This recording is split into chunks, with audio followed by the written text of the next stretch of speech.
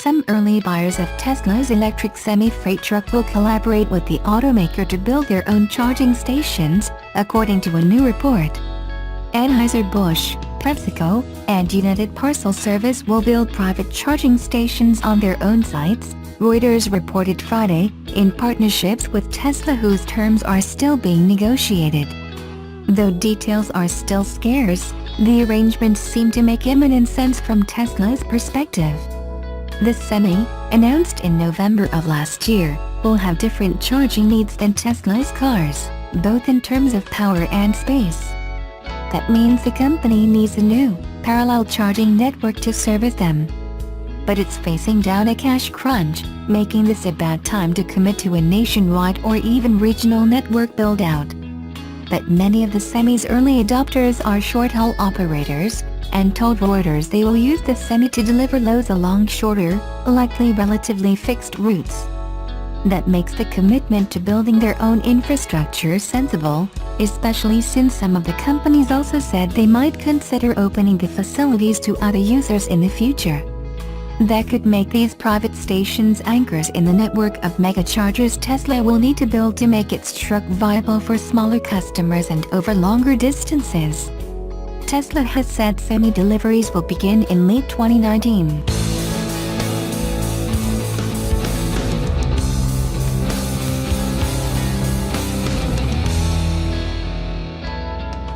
Nissan has delivered the first of its new Leaf electric vehicles off the production line in Europe to a British man this week. Leo Moran, 63, from Hartlepool, took delivery of his special edition black Nissan Leaf 20 this week at a dealer in Darlington, kicking off deliveries for the second generation of what is the world's most popular all-electric car. The new car is Moran's second Leaf, and it's built just up the road from his house in Nissan Sunderland factory. The former police officer previously owned a 30 kWh first-generation Leaf, and placed an order for his new car late last year. He said, "I've driven many cars of all shapes and sizes, and many performance cars, but I can say hand on heart the Leaf is the best car I've ever driven. I've spent the last year singing the praises of the Nissan Leaf, and now I have the new edition. I cannot wait to get out and play, go on adventures and enjoy the drive." The new Leaf 20 special version is limited to just 1,500 models, and is positioned between N Connecta and the range-topping Tecna trim levels. It is available in two colors, Spring Cloud and Pearl Black, and the specification includes 17-inch alloy wheels, front and rear heated black suede effect biofabric seats, automatic air conditioning, Nissan Connect EV 7-inch touchscreen infotainment with 6-speaker sound system, intelligent around-view monitor with moving object detection and intelligent driver alertness, as well as adaptive cruise control. Terry O'Neill, dealer principal at Bristol Street Motors, where Moran got his car, said, "We're thrilled to be the first dealership in the UK to present the all-new Nissan Leaf, and to a fantastic customer who really is a Leaf champion." The Nissan Leaf 20 is priced from £26,490, which includes £5,000 off courtesy of the government's grant for electric vehicles.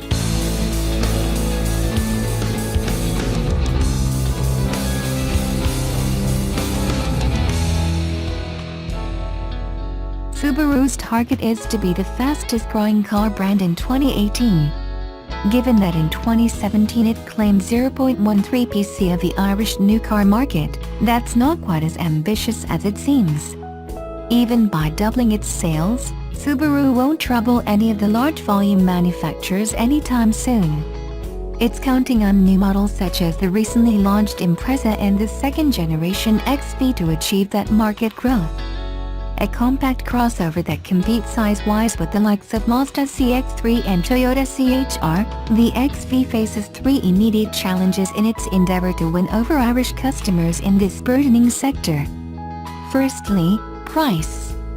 Ranging from $33,495 to $38,495, the XV is up against premium brands or higher-spec mainstream models.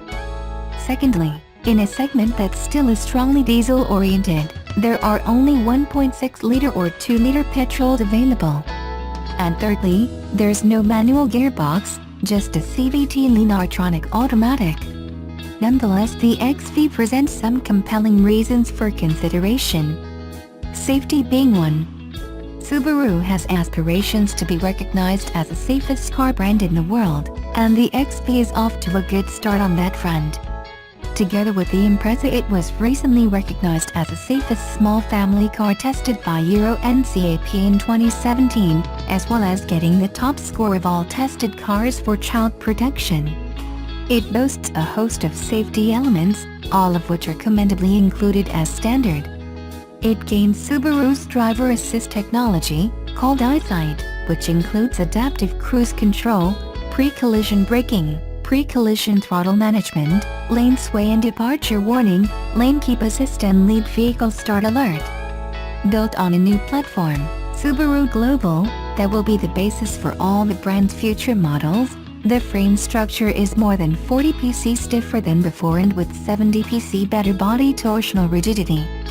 A new stabilizer bar at the rear, and the low center of gravity afforded by Subaru's signature boxer engine layout, improve dynamic capabilities.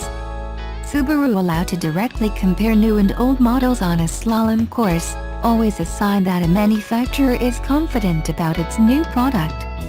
While the old model performed satisfactorily, the new car felt much more stable, was noticeably sharper in turn and had significantly less body roll. In fact, it could teach some regular hatchbacks a thing or two in the handling stakes. Not something you say too often about crossovers. The CVT transmissions in the XV is one of the better versions, with the step ratios giving a credible impression of a regular torque converter setup. The XV's real trump card is going off-road, where its symmetrical AWD system comes into its own. It features X mode, a driving aid that includes hill descent.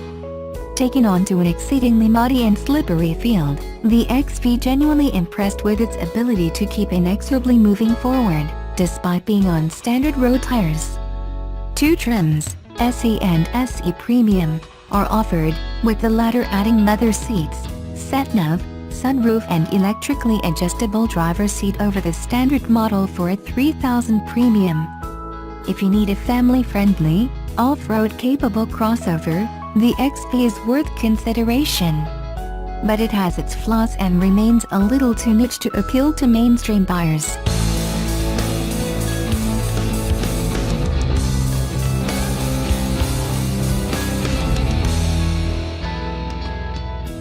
Reuters is reporting that Tesla is collaborating with several companies that have placed large orders of its semi-truck to build on-site charging stations to charge the vehicles when they're rolled out next year. Details of the partnerships haven't been disclosed, but they reportedly include design and engineering from the electric vehicle company.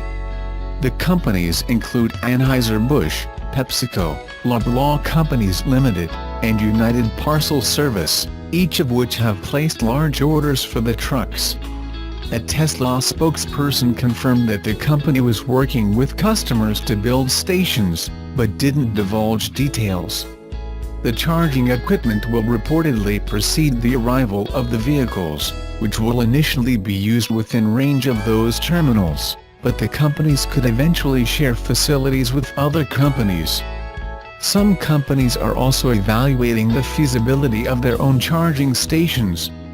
James Sembrot, Anheuser-Busch Senior Director of Supply Chain told Reuters, "What was important to us was to make a big investment in this cutting-edge technology and secure our place in line."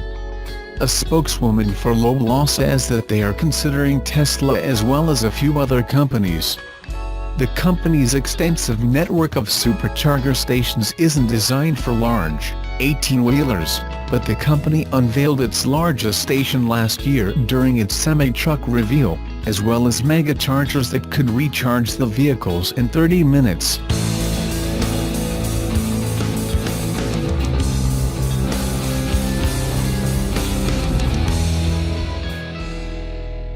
Nissan's second-generation Leaf has today gone on sale in the UK.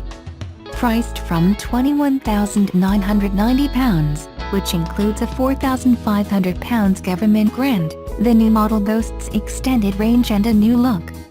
It also offers increased power, up to 148 bhp from 109 bhp, and new tech including LED rear lights, 7-inch infotainment system and automatic headlights. But it needs to do a lot to top the former Leaf's sales, which is currently the world's best-selling electric vehicle with more than 300,000 owners globally since it went on sale in 2010. It also accounted for nearly half of all pure electric car purchases in the UK last year. The 2018 Leaf is the first Nissan model in Europe to feature ProPilot, the carmaker's autonomous driving system, which features adaptive cruise control and keeps drivers in their lanes. The system also acts as a self-parking tool. As well as this, the Leaf comes with an e-pedal which allows drivers to start, accelerate, decelerate and stop by using only the accelerator pedal. Carl Bayliss, EV Business Development Manager, said, "We are delighted that the new Leaf is on sale across the UK. Much more than just an EV, the Leaf is a whole new driving experience, designed to move people with a greater exhilaration, confidence and connection to the world around them." Nissan looks forward to EVs playing an increasingly important role in the sustainable development of our urban infrastructure, not just improving air quality, but also in the storage, management and distribution of renewable energy. The launch of the new Leaf comes in the same week that Nissan was awarded £9.8 million to test its vehicle-to-grid (V2G) scheme, which could pave the way for cheap energy. V2G allows electric vehicles to be fully integrated into the electricity grid. Private electric vehicle (EV) owners and businesses with large EV fleets will be able to create mobile energy hubs by plugging their vehicles into the grid. Nissan EV owners can connect to the grid to charge at low demand, cheap tariff periods, with an option to then feed back to the grid the electricity stored in their vehicle's battery, which could generate additional revenue for them.